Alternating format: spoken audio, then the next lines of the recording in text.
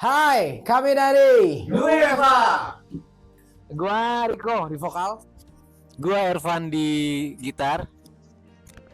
Gua Febri Erji di drum. Gua Rizky di gitar. Bisa ceritain nggak sedikit tentang awal terbentuknya band Nueva guys? Iya. Terbentuk awalnya itu sebenarnya ketidaksengajaan, tidak di setting lah intinya kan. Nggak sengaja ketemu di satu event ya. Ketemu di satu event, terus Rizky sama Irji dengan bandnya, kita dengan bandnya. Terus setelah dari panggung itu kita ngobrol bareng, ternyata ada satu visi misi dan terjadilah project ini, Nueva.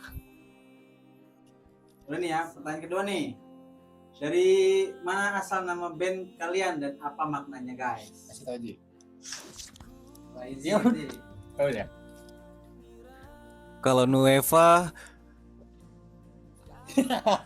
Belum anjir. Lu aja dah. Oh ya. Nueva itu kita ngambil dari bahasa Eropa Timur, dari suatu negara Itali yang artinya baru. Nueva, harapan dari kata baru ini, semoga musik-musiknya ini terus jadi sesuatu yang baru untuk didengarkan gitu. Oke. Tuh pertanyaan selanjutnya nih. Apa inspirasi awal kalian untuk membentuk sebuah band? Inspirasi maksudnya kayak mana nih? Ya, membentuk sebuah band itu inspirasinya gimana? Apa gitu? Musiknya, inspirasi apanya nih? Apa ini? Kalian membentuk sebuah band. Inspirasinya inspirasi Ariel. Oke, Kreatif nih. iya. Kan banyak ya inspirasi kan ya. Gue pengen jadi anak band, apa itu? Ya triggernya sih pastinya kami sama-sama berempat ini rootsnya itu di apa namanya suka denger musik Britpop, aliran Britpop sih, kayak Oasis, Coldplay, U2. Itu yang mungkin jadi apa satu kliknya gitu loh, untuk akhirnya apa namanya coba buat apa namanya akhirnya kepikiran buat Nueva dibentuk band baru yang namanya Nueva gitu. Oke. Terus bagaimana proses kalian menemukan chemistry dalam bermusik guys? Bro. Ki, jawab Ki. Gua nih. Iyalah. Ada bungsu. Kalau chemistry terbentuk itu kan kita kan memang jarang ngumpul ya. Mungkin lewat sosmed lewat ini grup WhatsApp grup gitu kan. WhatsApp grup, terus kalau ngumpul ya kita sharing-sharing tentang cerita kehidupan masing-masing gitu kan. Terus buat lagu bareng gitu-gitu. Itu sih ngumpulin chemistry-nya itu kan. Ada yang kurang. Coba Febri mau nambahin nggak? Sering-sering jamaah bareng lah. Musik. Oh, kalau untuk chemistry bermusik, nah kebetulan kan background dari personel masing-masing kan punya apa ya peranan masing-masing lah di alatnya. Nah itu kadang kan dari tiap personil itu punya warna dan karakter masing-masing. Kadang kalau misalkan untuk udah di perform tuh, biasanya nemuin sendiri tuh yang tadinya musik yang sini jadi satu. Nah itu bisa jadi bisa dikatakan chemistry-nya masing-masing itu bisa menjadi Nueva gitu. Oke, untuk pertanyaan berikut ini tentang kreativitas musik kalian ya. Bagaimana sih biasanya proses kalian menciptakan lagu? Siapa yang paling aktif dalam menulis lirik atau membuat aransemen? Nah, coba Nueva. Ya, pencipta lagu lah. Kalau untuk menulis lagu itu hampir semua kita menulis lagu, dan bahkan di album The Journey of Love ini juga kita semuanya ikut andil ya, untuk ikut andil lagu lah gitu. Yeah. Jadi kalau untuk lirik dan aransemen itu banyak di Irzi sih, menurut gua banyak di Irzi karena dia stoknya banyak, terus juga Riko juga banyak. Jadi kita setor lagu untuk masuk ke dalam satu albumnya Nueva ini, ada beberapa lagu juga yang belum kerilis ya gitu. Jadi mungkin nanti next kita bakal bawain juga. Nih, Nueva kan udah 10 lagu nih. Ya kan? Nah, lagu mana nih yang paling personal bagi kalian dan kenapa? Ini masing-masing berarti ya? Iya, Masing-masing ya? empat-empatnya jawab. Oke. Nanti dulu gue lagi mikir. Enggak, coba. Kalau gue pribadi, ya lagu gue sendiri ya, cerita hidup. Cerita hidup itu karena dibuatnya abis pasca COVID, itu memang stok lagunya apa maksudnya nggak apa namanya memang lagu lama gitu kan. Cuman pas gue buat itu pas lagi apa namanya era-era setelah pandemi COVID gitu kan, menyimpul apa namanya melihat kayak mana kehidupan sekeliling gitu kan, bahwasanya memang kita susah lah butuh struggle untuk hidup gitu kan. Dan kebetulan memang relate-nya itu kalau misalkan sudah mungkin sudah berkeluarga lah ya. Kalau mungkin masih lajang mungkin belum relate banget gitu kan. Cuman pada dasarnya adalah apa namanya lagu tersebut itu bercerita tentang gimana kita harus survive, harus untuk apa namanya menjalani kehidupan, karena hidup itu harus hanya sementara gitu kan. Dan apa namanya ya kita sebagai manusia itu ya harus harus benar-benar lillahi ta'ala aja lah jalanin gitu. Itu sih paling.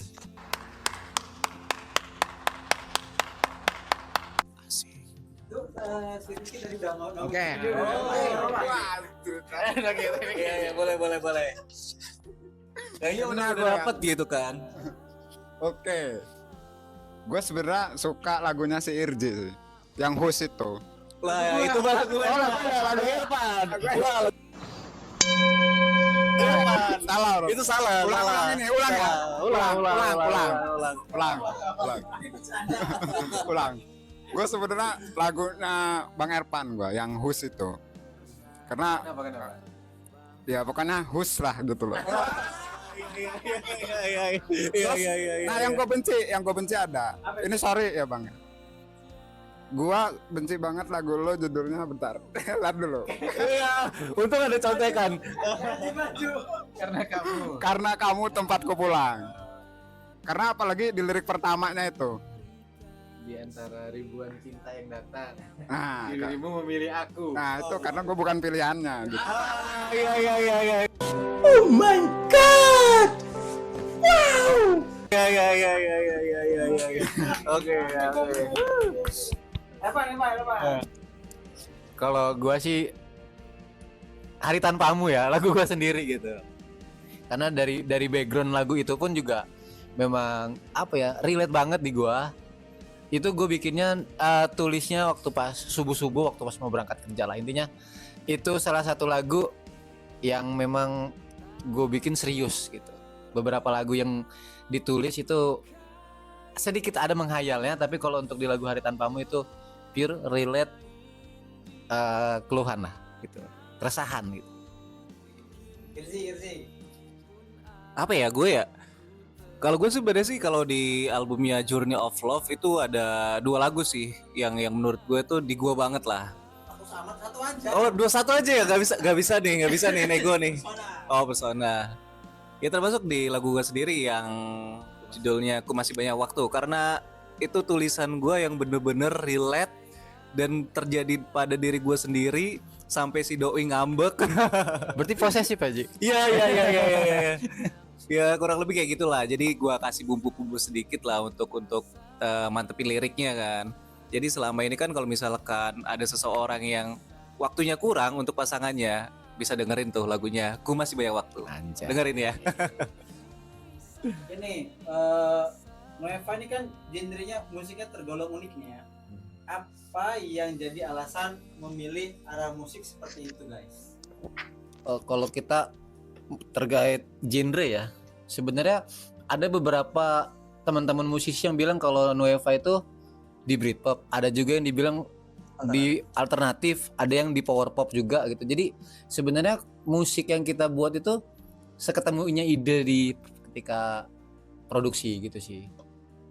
Tapi masih satu warna ya. Masih satu warna, yaitu warnanya Nueva Ya. sendiri gitu loh. Jadi alasan memilih genre itu Kenyamanan sih, Iya. kenyamanan kita dalam bermusik sih. Betul nggak? Ya kira-kira itu. Hah? Kira-kira itu. kalau ini apakah ada nih tantangan saat membuat album atau lagunya tersebut yang baru ini? Tantangannya Album yang kemarin ya. ya Journey of Love. Ya paling karena kita swadaya ya, paling di angka aja sih. Kalau masalah apa namanya stok lagunya sih kami alhamdulillah banyak gitu kan. Mungkin ya masalah apa namanya di angka dan di waktu, karena kan memang kita ketemunya seminggu sekali dan mungkin apa namanya kita apa ya istilahnya workshop untuk diproduksi lagunya itu terbatas. Si paling itu aja, tapi alhamdulillah wa syukurillah itu tercapai, satu album itu terrealisasi. Itu mungkin Alhamdulillah. itu jangka pendeknya kami sih di 2023 kemarin itu 10 lagu bisa rilis semua. Terima kasih semua buat support kalian.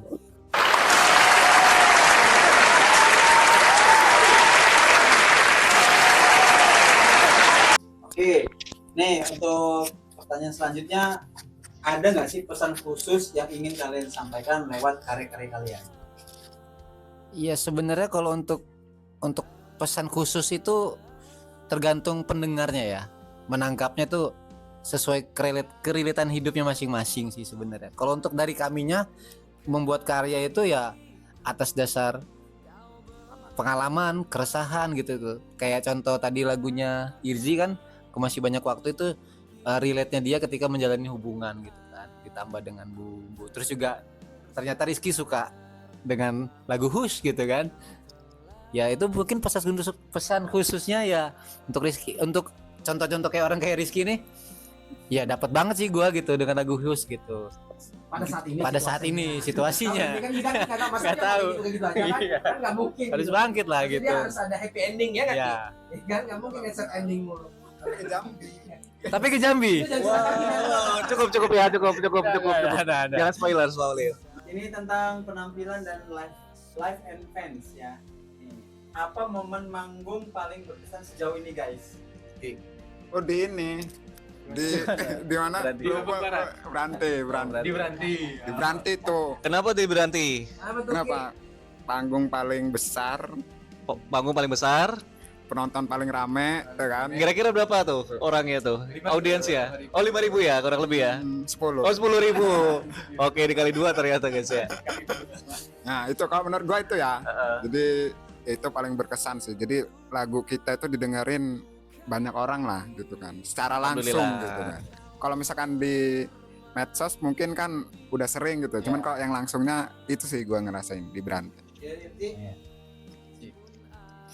Kalau misalkan sebenarnya sih di Beranti juga setuju kalau misalkan untuk momen-momen yang paling bagus ya menurut gua. Tapi ada sih di satu momen itu di Lampung Barat juga termasuk keren sih. Oke, keren ya. Termasuk rock.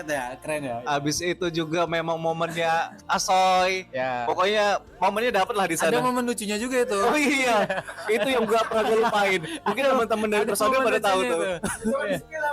Ada satu momen ketika kita kan nginep tuh di Lampung Barat, itu kita nginep di satu penginapan dan ada satu apa ya dibilang ya satu teman-teman kita juga lah gitu.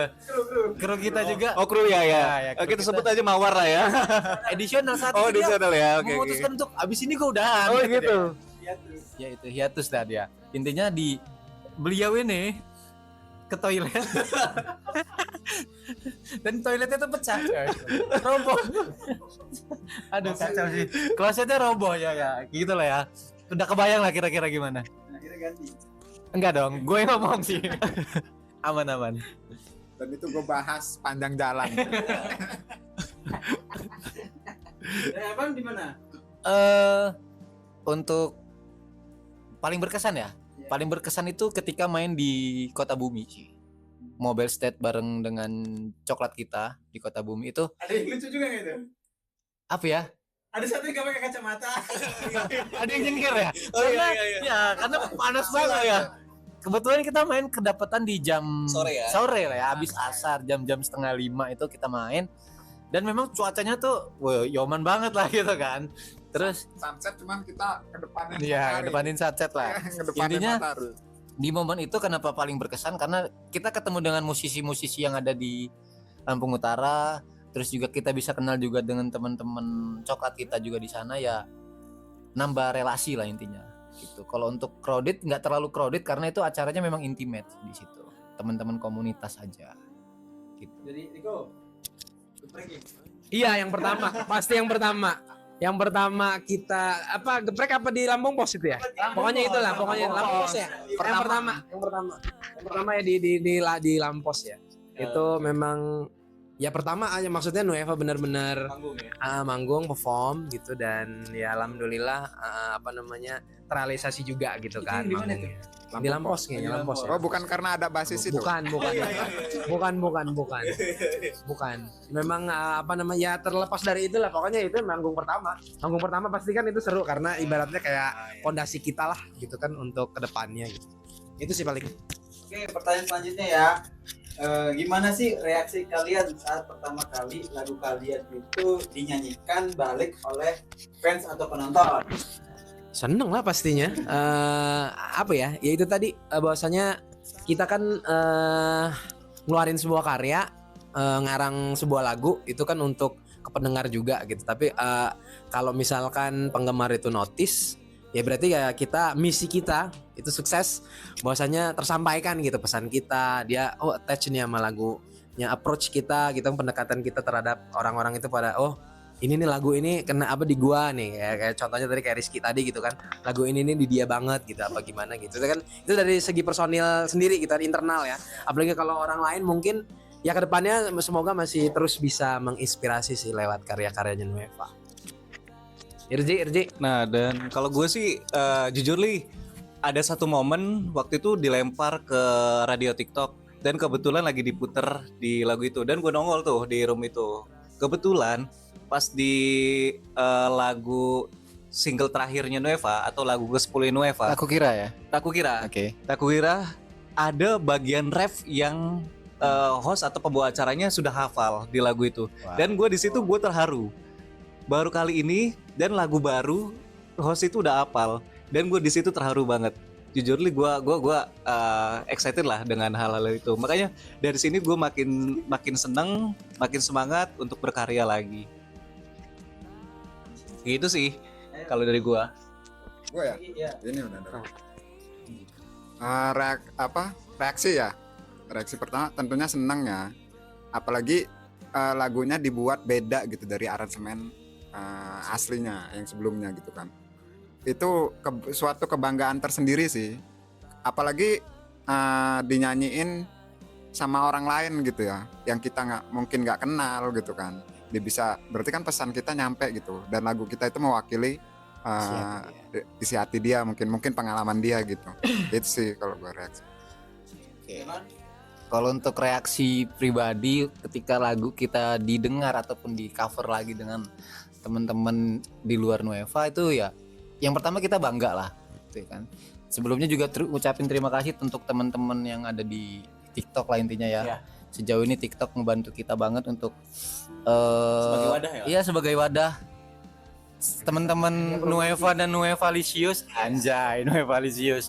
Ya, dan juga pernah terakhir kita di reaction dengan Adin X Naf ya. Dia musisi besar ya, atau ada Kang Adin X Naf, itu kita di reaction lagu Hari Tanpamu yang kita sodorkan, dan alhamdulillah tanggapannya positif. Mungkin ada beberapa kritik yang memang harus kita benahi terkait dengan apa ya, pesan dari lagu yang harus memang fokus dan lain-lain sih. Tapi overall dari beliau itu buat jadi mood booster lah buat kita gitu.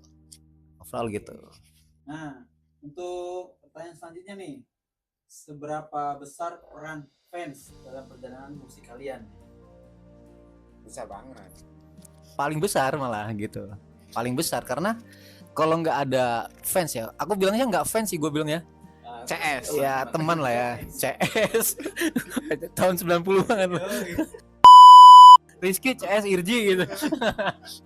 Ya, teman-teman Nueva Licious yang udah ngebantuin kita untuk bagikan terus, untuk ngedengar terus, itu ya perannya penting banget lah intinya. Kalau nggak ada mereka nggak ada siapa. Ada teman-teman kita dari Bali. Oh iya, ada Dari Bali. Katari ya. Iya, Katari. Terima kasih banyak udah support. Oh ya, kayak Katari yang dari Bali, terima kasih udah support lagu-lagunya dari Nueva dan bisa sharing ke teman-temannya. Dan ada Mayang kalau nggak salah deh, Mayang dari Bali juga, terima kasih banyak. Jauh-jauh lo udah dengar lagu Nueva, terima kasih banyak. Dan pastinya ada beberapa Ada lagi ya, satu lagi yang teman-teman memang ada beberapa streamer yang ngebantu kita banget. Itu ada Koration Chen, ya. Oh iya, Correction, thank you. Terima terus kasih juga banyak. ada Mas Azad Derajat, terus juga ada siapa? Raden, Radio itu ya. Wiradio, Ya, terus Wiradio, juga ada ya. Mutin, banyak lah. Terus Hans Banyak. Radio juga Iya, udah Hans bantu Radio, support. banyak- Terima kasih banyak banyak ke Hans. Intinya kita thank you banget loh untuk teman-teman Noevalicious Iya. Anjay. Ya pasti teman-teman yang udah support terima kasih banyak walaupun nggak bisa disebutin satu-satu, yang pasti support dan dukungannya itu udah pasti ngebantu Nueva banget. Thank you. Kalau misalkan kalian manggung itu ada nggak sih kayak dari setiap personalnya itu persiapan khusus gitu loh? Mau misalkan untuk menggunakan grogi atau apa gitu, ada nggak? Ya kalau dari gua, kalau misalkan yang nyanyi ya, itu pasti kalau grogi itu harus sih kalau menurut gua, meskipun harus grogi, meskipun apapun itu, walaupun sesering apapun gua manggung atau kita manggung, itu pasti harus grogi, karena grogi itulah yang membuat kedepannya itu vibe-nya itu kita dapat dalam perform gitu, dalam di panggung itu gitu. Ya kalau gue sih mungkin kalau misalnya ini ya pemanasan biasa lah, maksudnya humming biasa aja untuk sebelum naik ke atas panggung sih. Gak tau kalau personil lain. Ya kalau gue sendiri sih kalau stretching pasti deh ya. Apalagi kalau misalkan gue kan di bagian olahraga paling keras nih ya kan. Jadi paling stretching tangan terus juga kaki. Yang pasti sih kalau gue ketika lagi grogi itu harus tampil keren kalau gue. Soalnya kalau misalkan gue dalam kondisi nggak sok keren, itu pasti gue makin grogi. Kalau itu sih gue ya. Kalau itu gue. Ji, apa Ki? Oh gua ya. Gua. Kalau gua nungguin ya.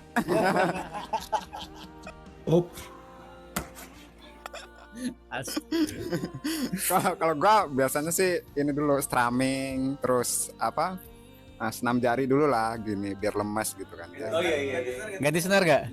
Garis kan udah ganti senar kan sebelum manggung memang harus itu. Kalau lagi nggak ada budget ya udah pakai itu aja gitu. Sama iya. Sama yang penting itu efek sih di style gitu kan. Pokoknya dipasin dulu lah. Kita biasanya kan agak jauh tuh ya namanya efek multi kan. Nah gitu sih kok gua. Ya. Yang penting persiapannya udah prepare, insya Allah kita pede sih gitu. Oke. Kalau gue sih lebih ke apa ya? Ya pertama gear kita juga udah prepare semua dulu untuk semua kayak model efek, gitar dan lain-lain, cek segala macam harus sudah prepare. Dan yang wajib banget itu gue harus sebat gitu. Wajib sebat gue, kalau enggak gue nervous di atas gitu. Itulah. Untuk di panggung lagi nih, apakah ada kejadian lucu atau tidak terduga saat manggung guys? Tadi tuh kacamata gimana? Oh ini ada. Tapi boleh nggak nih? Additional kita main keyboard, ya kan? Oke. Jadi waktu itu ada tuh suatu momen pas lagi manggung, keyboardisnya turun, Hilang ya? hilang. Gitu. Kok suara keyboardnya nggak ada gitu? Tiba-tiba dia turun, ngopi di bawah. Gitu deh. Oh iya. Kalau gue sih itu ya. Iya benar. Oke. Bagaimana kalian melihat perkembangan musik di Indonesia saat ini guys? Riko. Di era sekarang di 2025 ya, gue pertama kali ngeband tahu itu di tahun 2005, sangat berbeda jauh sama era sekarang gitu. Kalau sekarang kan semuanya itu serba digitalisasi, bahkan pun kita bisa buat lagu itu pakai AI gitu kan, dan itu semua memang bisa menentukan si band itu organik atau tidaknya itu dari karya sih. Sebenarnya lebih kepada kita punya karya, kita punya lagu, apalagi kalau konteksnya band pasti harus punya lagu. Ya mungkin sekarang sih, kalau dulu kan di awal-awal pernah kita ngeband 2010 ke bawah itu mungkin namanya sebuah grup band itu pasti legitimasinya itu harus punya album. Kalau seera sekarang kan nggak bisa tuh, dalam artian mungkin nggak bisanya itu karena ya orang-orang sekarang mungkin kalau album itu album fisiknya pun udah nggak ada gitu kan, jarang.